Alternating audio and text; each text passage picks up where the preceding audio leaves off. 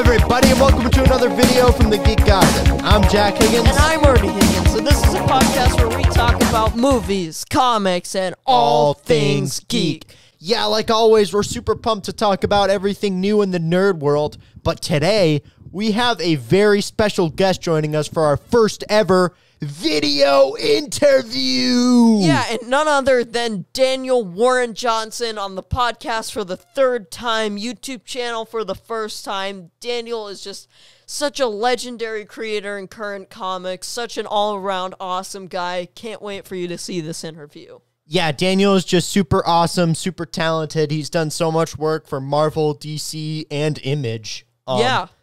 So and he's has just more in the future. So do you want to just get into this interview? right. Yeah, I mean, he's got a new Transformers series coming up, so we're like right on sort of the curb of the cool stuff. Yeah, right in the excitement. So, and he just has like one of the best styles ever, the most unique, most awesome style that works for just about everything, you know?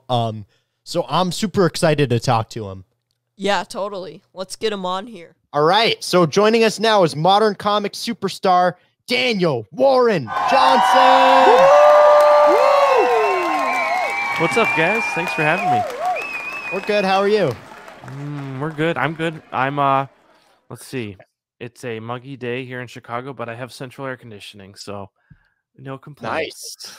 Yeah. It's awesome. been a crazy summer, for sure, and as far as weather goes, over here in New Hampshire. But hey, AC saves lives. Amen. It literally does. Yeah, it's awesome to be doing this third interview with you now. Crazy. Yeah. Man, 3 interviews, guys. That's pretty crazy. Does this mean I'm a regular? Yeah, pretty much. Let's see, like, yeah, aside from like the local, yeah, you're probably the most like out of all the non-local guests we've had on, you're probably the most recurring. So Right on. Okay, cool. I'll take that. Heck yeah. So known for his independent works such as Murder Falcon, Do a Powerbomb, and Extremity, as well as his stuff for Marvel and DC like Jurassic League, Wonder Woman, Dead Earth, and Beta Ray Bill, Daniel Warren Johnson is a comics legend, and he has a new series coming out in Image Comics' new Energon universe, Transformers. So we're so super pumped to have you back on the show, Daniel, and thank you so much for joining us. Oh, it's great to be here. Yeah, it's super exciting. Really cool stuff in the works. I just finished a page from issue 2. The art is like right on my desk right there. Awesome. Man. Yeah, it's pretty sweet. And I'm having a really good time making it. It's really fun. That's Great. awesome. Yeah, so since its announcement a couple weeks ago, everyone has been thrilled out of their minds about your upcoming Transformers series with Mike Spicer coloring and Russ Wooten lettering. And we know you've always been a huge Transformers fan. You've talked about it the many times we've had you on the show and everything. Yeah, I remember your Skype profile picture is literally Optimus Prime. It like, literally is. It literally is. Yes. You guys remember. That was announced. I'm like, oh, no way. I mean, we can tell you're probably even more excited about this than we are, which is saying a lot, really, because this is going to be such an awesome series. So how did this all get started? How did it come about? Yeah, so when I was in the middle of working on Do a Powerbomb, actually it goes back even earlier.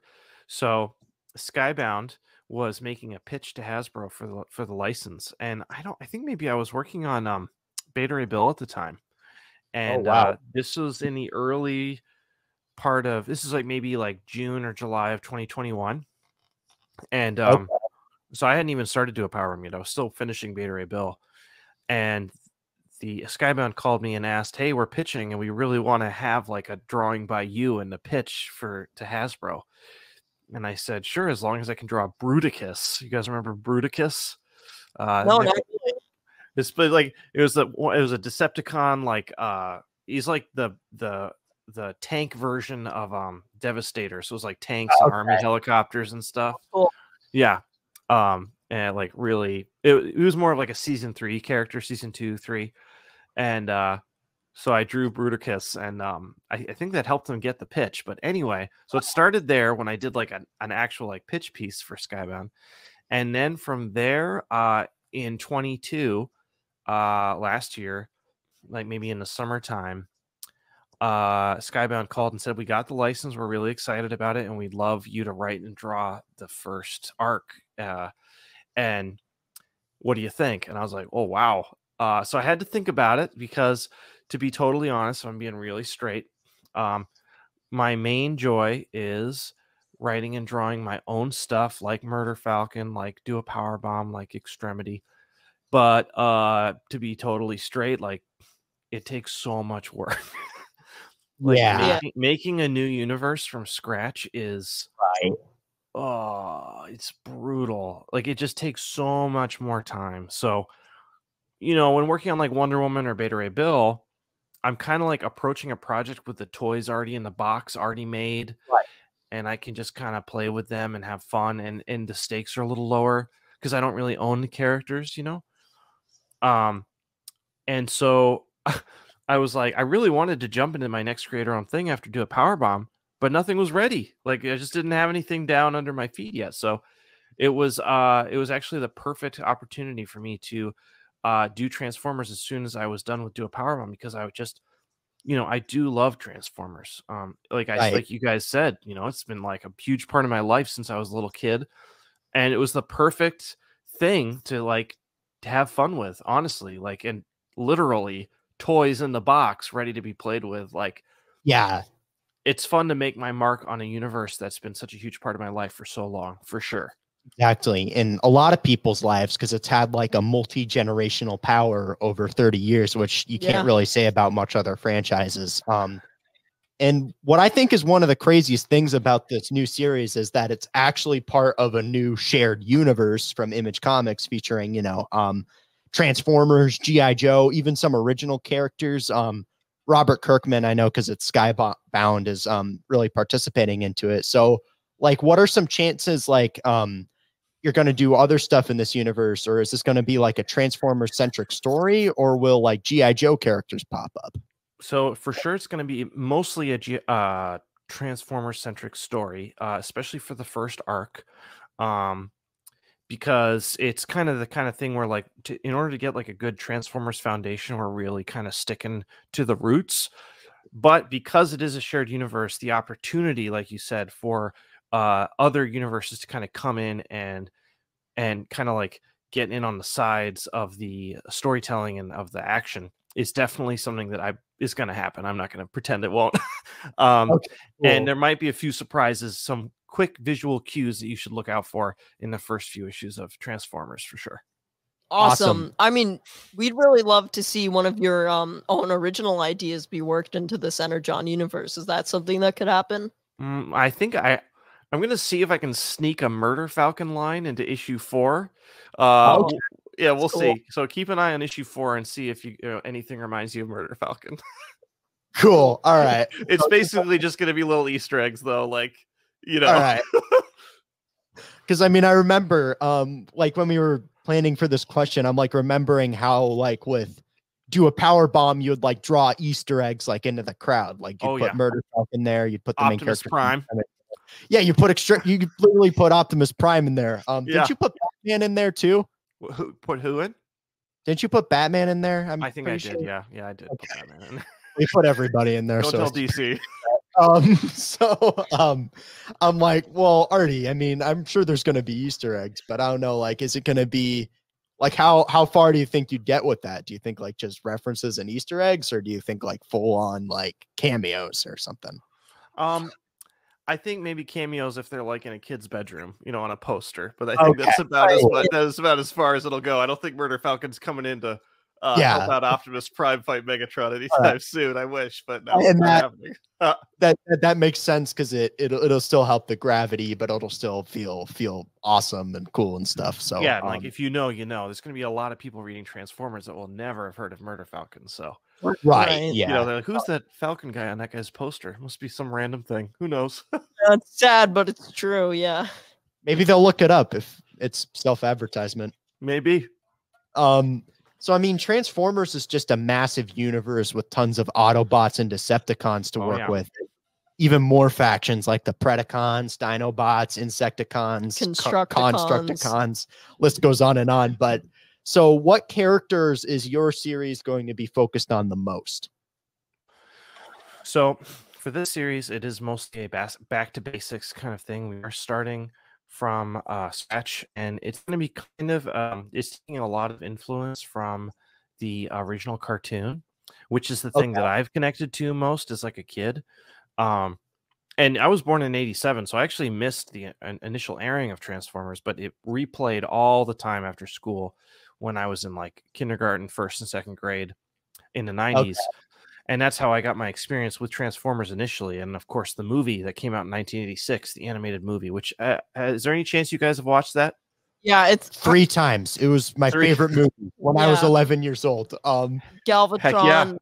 Oh, they're yeah. all- yeah. Hot Rod's probably like top 3 favorite Transformers for me. That's It's awesome.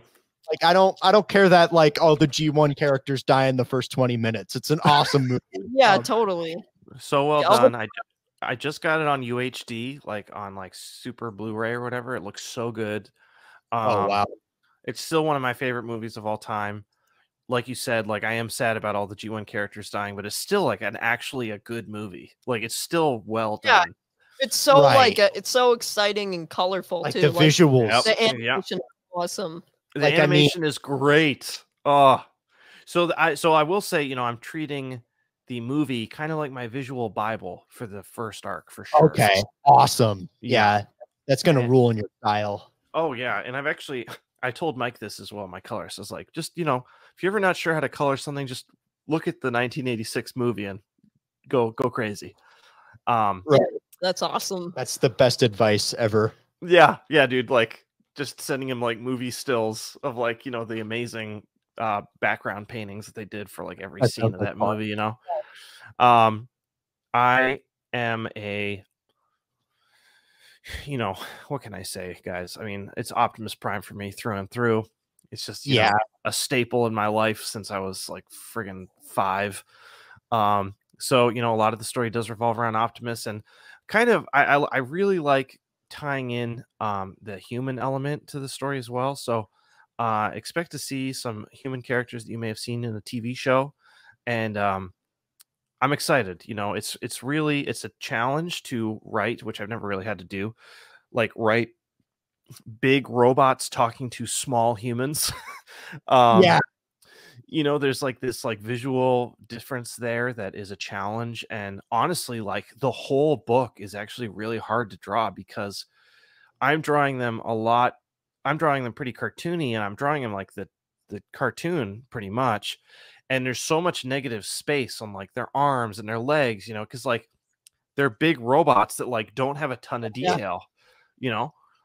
So I'm learning how to be okay with like letting something go and not like putting a bunch of lines. Like when you draw a muscled dude fighting another muscled person, you know, there's opportunity for like a little more like what's the word? Organicness, if that makes sense.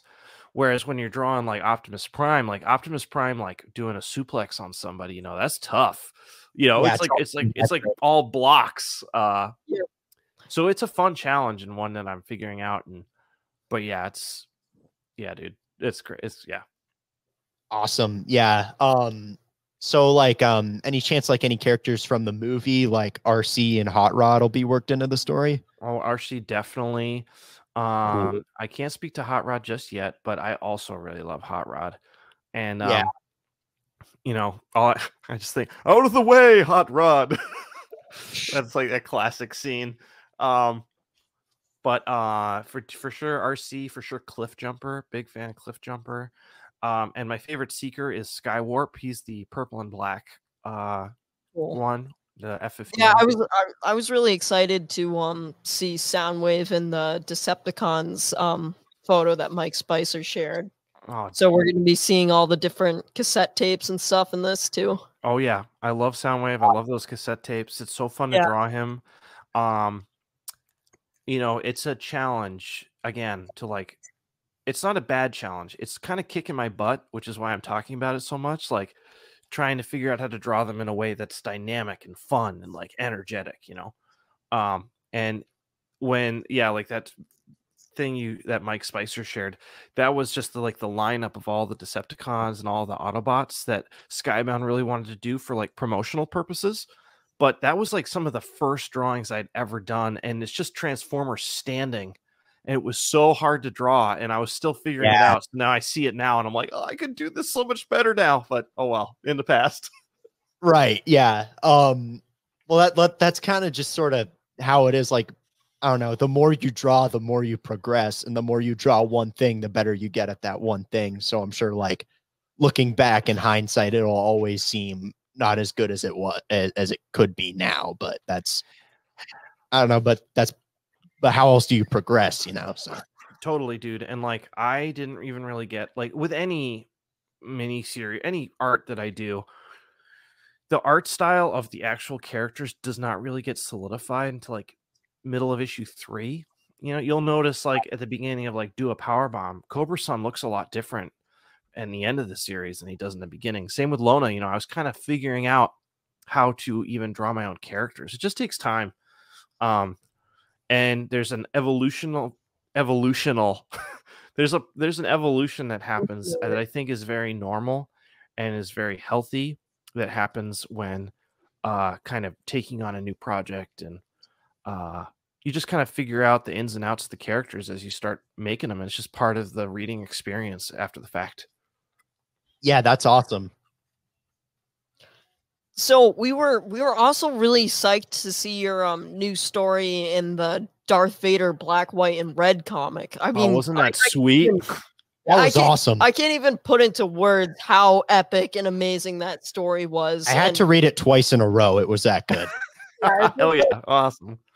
It was so epic, and like it personally reminded me a lot of your older Star Wars ash cans that we got from you at Free Comic Book Day. Those were really cool, and it seemed like you were kind of bringing a lot of that back into this. So how'd you go about creating the story? Did you have fun with all the like the limited color type stuff?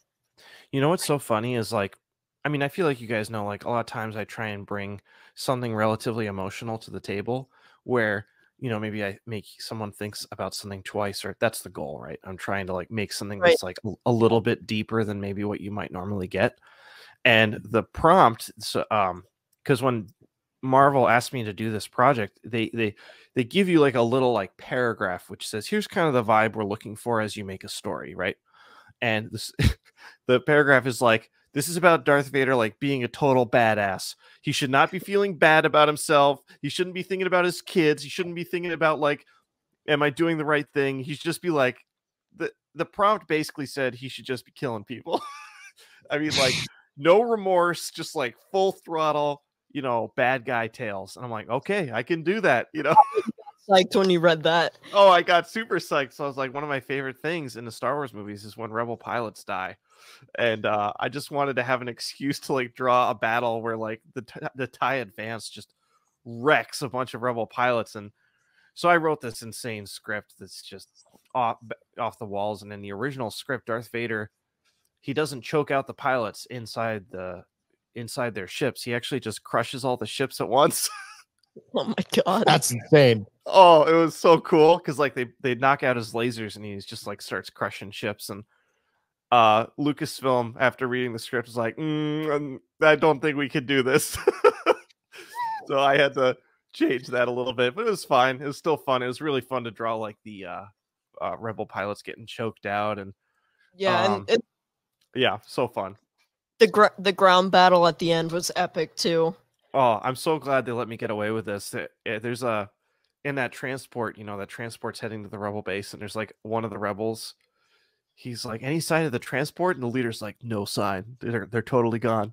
And the guy's like, and the transport? Our families? Just like totally dead. Kind of remind. Yeah. It was like, you know, the scene at the end of Star Wars Rogue One where Darth Vader's going down the hallway, killing all those rebel soldiers. It was like that times 20. It was crazy. Times 100. Yeah, that's exactly what I was going for, guys. Like, no thought, like just dead ahead, just like absolute destruction. And it was really fun. There were some of those pages, some of the most fun I've had drawing all year. Just like drawing those X-Wings. And again, like with Transformers, like I've been drawing X-Wings since I was like a little kid. And I remember getting so frustrated. There were two things that I really wanted to draw well as a little kid. I wanted to draw X-Wings really well, and I wanted to draw Optimus Prime really well, and I couldn't do either. And now you're getting them both published. So like it's so crazy, you know, like I remember I was talking with a writer once who asked me, he's like, you can just like drop in like a 3D model of like a car in like Photoshop and then print that on a blue line and just ink over it. Makes it super easy. And I'm like, but then I wouldn't be actually good at drawing it. I have to be good at drawing it. So it's just, oh, hi. Hi, Dad. Are you going to bed? Yeah. Have a good sleep. Okay. Love you. So I'm like, it wouldn't be good. I'm not good at drawing it. I have to be good at drawing it. So that's why I like just like practice. And even like before I started Transformers, I practiced Optimus Prime's face so much. Right. And his face is like really angular and really hard to draw. So I have like a little like masterpiece head from one of the masterpiece toys. It comes with 2 heads. And so I took one of the heads and I just have it next to my desk and I'll just rotate it and draw from that reference. It's really fun. Right. So I mean, toys are like really good reference tools to use because it's like literally like a 3D model you can copy from. When an image, it's definitely harder to get like any angle you want, you know? Oh yeah.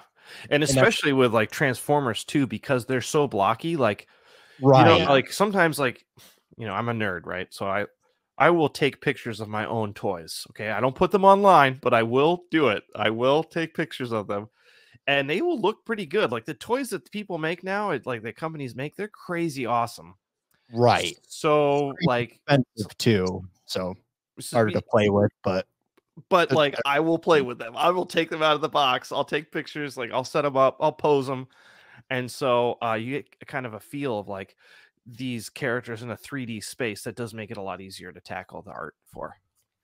Certainly, yeah. And on the note of the Darth Vader thing, like I like when he was like deflecting blasters, how it was just sort of like you just had like sort of he was just holding the saber and there was the red streak from the motion lines. It's like it almost sort of like reminded me like the saber's just working on its own, just deflecting the stuff. So I thought that was just a really cool sort of note or comment on Force users and their lightsabers in the Star Wars universe. Thank you very much. Yeah, I did that with an old,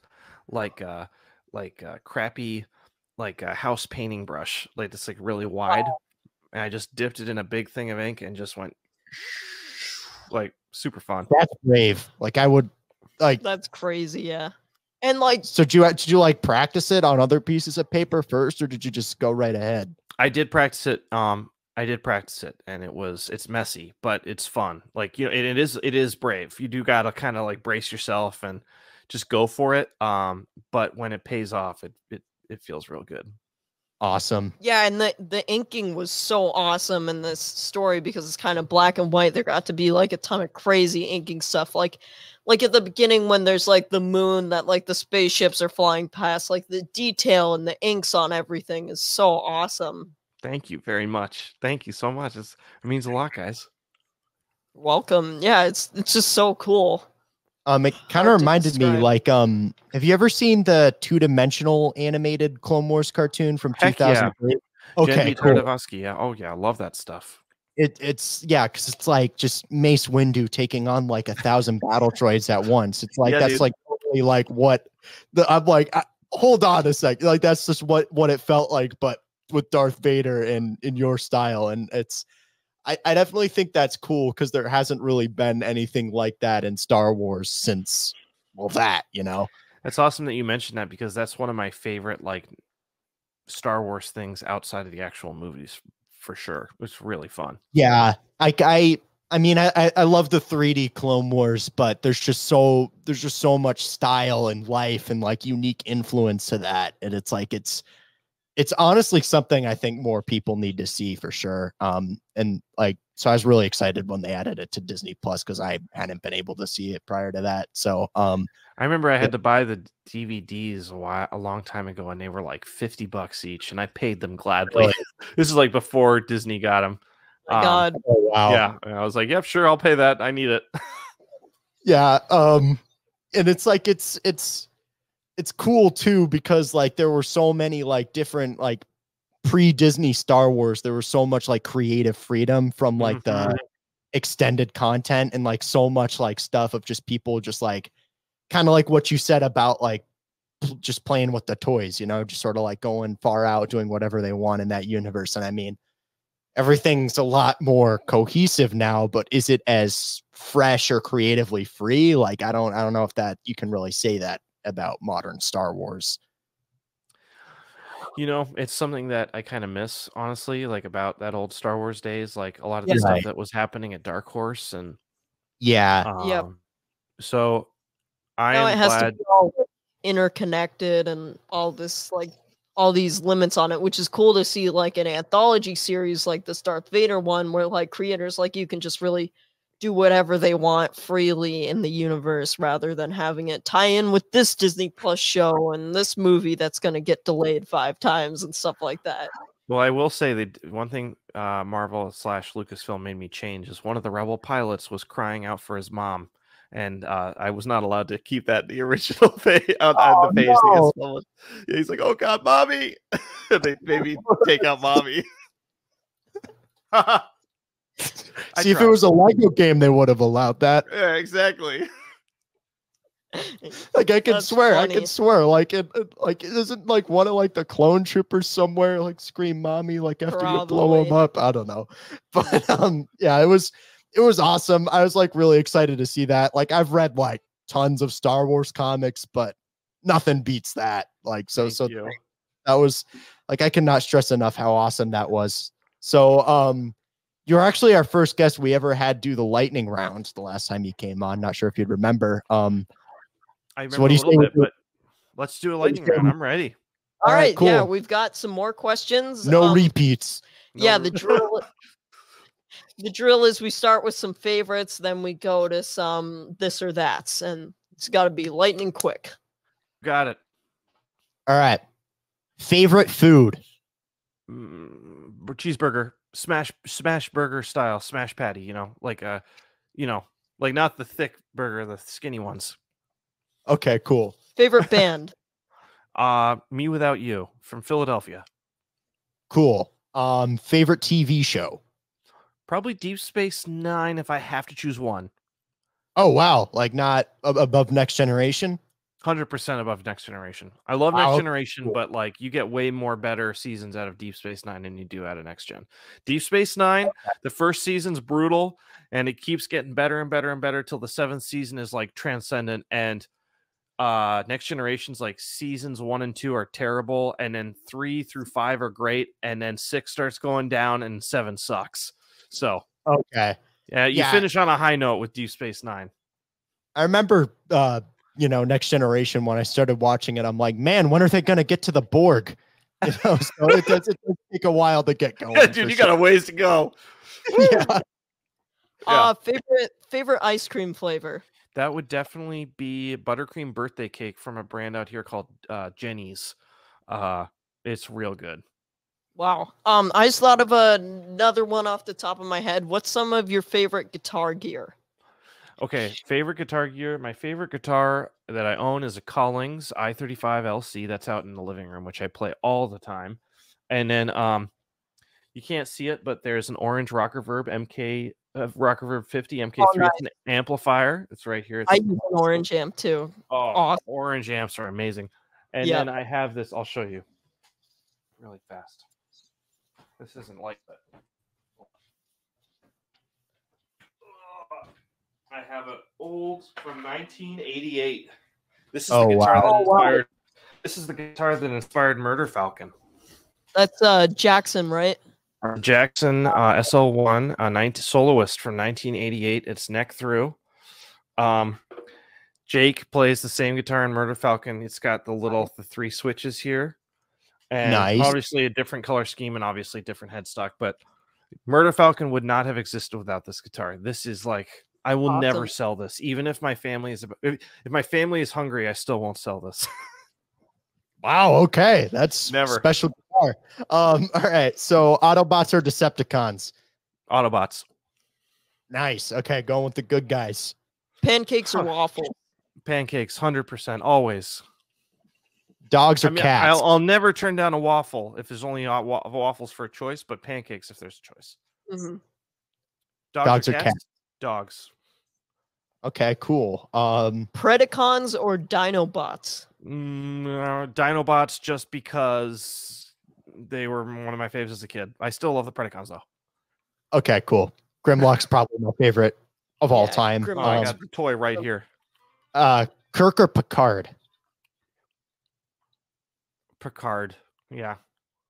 Yeah, because I Okay. like Next Generation better than the original series. Okay, cool. But not better than Deep Space Nine. No, it's Deep Space Nine is number one. Next Gen's probably second. Okay, cool. Cool. Yeah.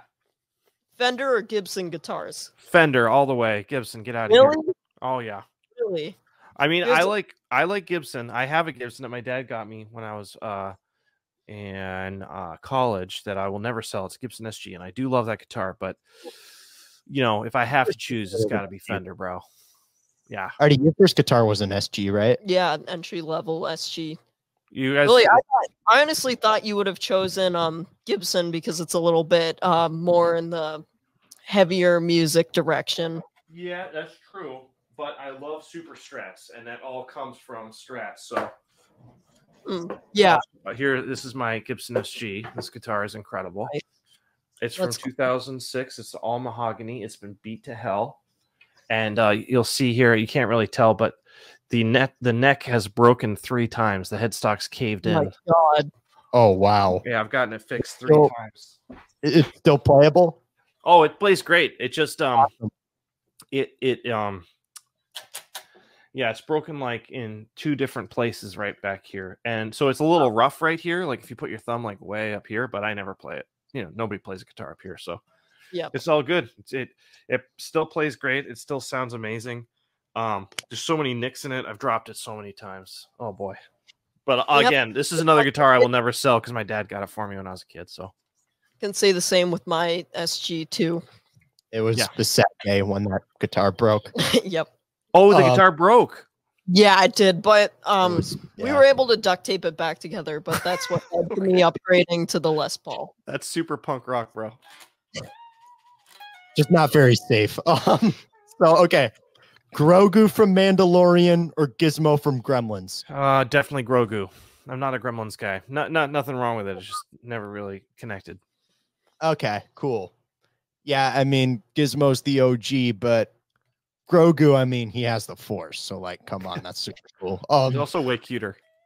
Yeah, and it's like, I mean, Mandalorian season 3 might have been kind of weak, but Grogu was still awesome, no matter what. So I gotta go with Gizmo, the classic. Okay, nice. He was the original. Grogu's more of the shameful knockoff. Okay, sure. That's fair. All right. That's fair. Cool. All right, so that was all our lightning round questions. Thank you so much. So, what's next for Daniel Warren Johnson, and where can we support you? Okay, so Transformers issue 1 comes out in October, so you should definitely buy that. You know, other than that, I'm like slowly working on other creator-owned stuff. So, I mean, it'll be a while before any of that really comes out. But you know, if you want to support me, you can always do a Powerbomb in trade paperback out now at your local comic book store, Barnes and Noble, or whatever. Tell your friends about it. Tell your comic book store about it.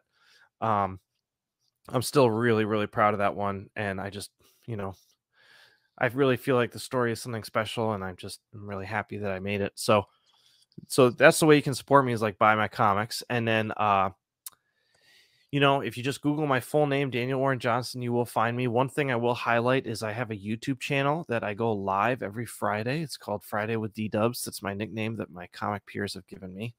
And I just kind of hang out and I draw. So you know, I just have a camera pointed at my desk, and I take some questions, but it's mostly just to hang out. I'm mostly just like inviting people into my day, drawing whatever I'm drawing in the moment, and just a way to kind of get people excited about drawing and making things. And it's supposed to be relaxed. Like, it's supposed to make you want to chill. You know, Friday night, you know, maybe you don't join me live, but I have a lot of people that watch. A lot of people have come up to me and say they watch it while they draw. Oh, cool. Yeah, which is really neat. I think that's really awesome. So that's the thing that like I maybe people wouldn't necessarily know about, that I think is worthwhile. So yeah.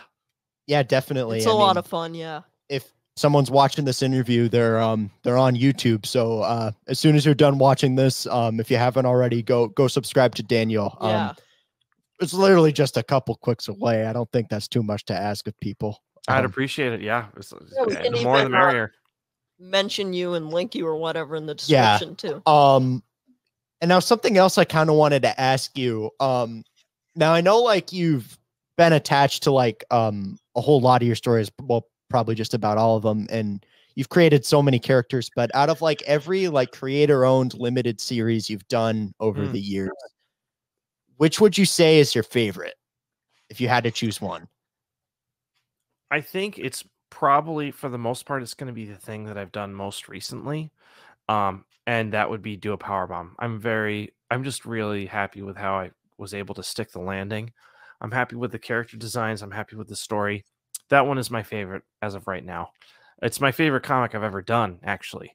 But it was also the one that I've done is the most recent, and it's also finished. So, you know, I think my answer would be different. If you had asked me while I was like drawing issue 6 of Do a Powerbomb, if I thought it was going to be amazing, I don't think I'd be so confident, you know, or I don't even know if it would be my favorite. I'm just, now that it's over and I have that hindsight, you know, the hindsight 2020, Do a Powerbomb is definitely the one I'm most proud of and the one I like most right now. I don't think that'll change until I make another creator-owned book that I feel just as proud of, which may never happen. Who knows? So you don't think Transformers will compare? Well, it's almost like apples and oranges, you know, because Transformers, there are story beats and things that I want to do that I feel are right for the story that, of course, you know, you can't do whatever you want on those books. You have editors, you have Hasbro that is telling you, you know, what you can and can't do. So not necessarily a bad thing. It is different. And that's kind of why it's a little bit of a break, honestly, because the stakes are lower and like I can't do whatever I want. And because the sandbox is smaller, the work is actually less. So it's like not as much work. Whereas, that makes sense. When I'm making a creator-owned book, the sandbox is like the size of the planet Earth. You know, there's like setting up the rules for my own story takes so long. And that can be, it's incredibly rewarding. It's like times a million more rewarding than like Beta Ray Bill or Transformers or Wonder Woman. But it is also the same in the same amount of more work.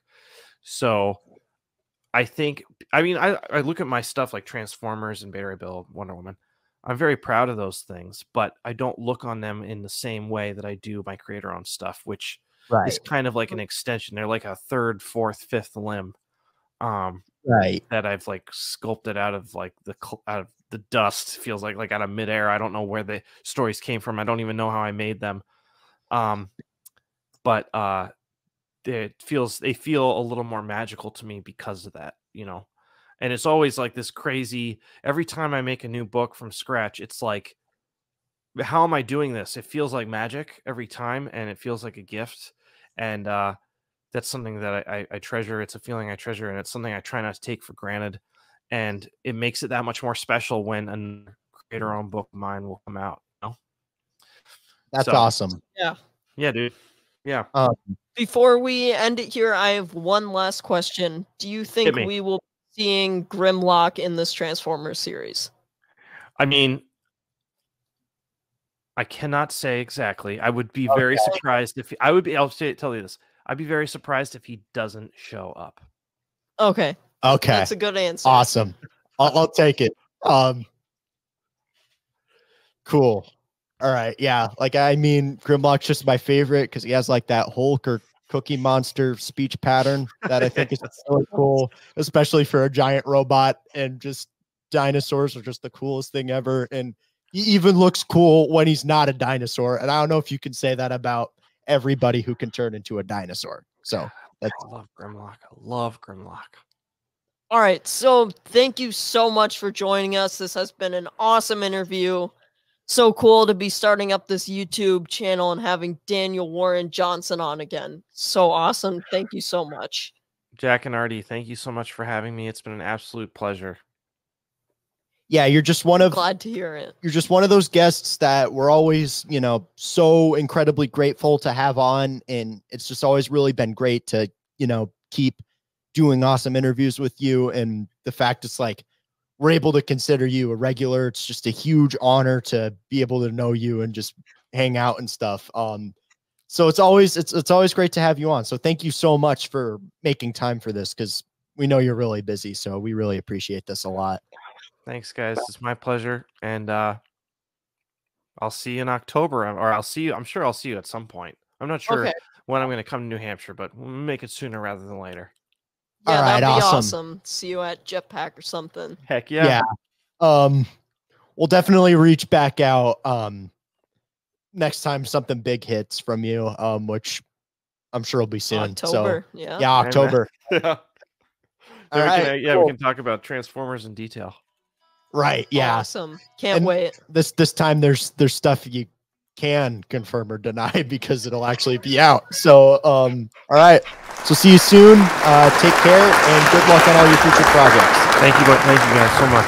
So that was our awesome interview with Daniel Warren Johnson. It was so cool to get Daniel on the YouTube channel, have an awesome conversation with him, from everything to Transformers, to Star Wars, to guitars, to Star Trek, to every single awesome comic he's ever done. Really, it was just such a great interview, and I really hope that you guys enjoyed it as much as we did. I know, Daniel's just such an awesome guy. Like, there's very few other people in this world that you can have a 40-minute conversation with and talk about everything from, like, guitar pedals to the 2003 Clone Wars. Right. You know? So he's just a super unique, super awesome and talented artist and writer too. Like almost every comic he's done has made me cry. There's always like great action and action and drama and violence and stuff, but there's also like great heart too. Yeah, definitely. So he's just a really well-rounded creator, and he always makes fantastic stories. And even if it's an idea that isn't his own, he'll still bring unique and original things to those worlds, Yeah, it's just like his stuff is all around amazing. And if you haven't checked it out at all, definitely, like, you can find all his social media, his website, and just really links to where you can buy all his comics, everything. Just Google Daniel Warren Johnson. Everything will come right up, and I really think you'll enjoy it because his stuff, he really has something for everyone in his comics. It's such a wide range of stuff there, and this new Transformers series is going to be awesome. Yeah, and definitely swing into your local comic book store, put Transformers in your subscription, and look for the trades of Do a Powerbomb, Murder Falcon, Wonder Woman, Dead Earth, Extremity. He's done so much good stuff. Beta Ray Bills and Beta Ray Bill. Oh my gosh, yes. I love Beta Ray Bill. So much, like, how could I forget? Like, so much awesome stuff you can find all over the place. And Jurassic League, too. Like, he didn't draw that, but he was a co-writer, and that's awesome as well. Did a lot of awesome covers in that as well. Yeah, certainly. So, Daniel is just the man, so definitely give him some support. Yeah.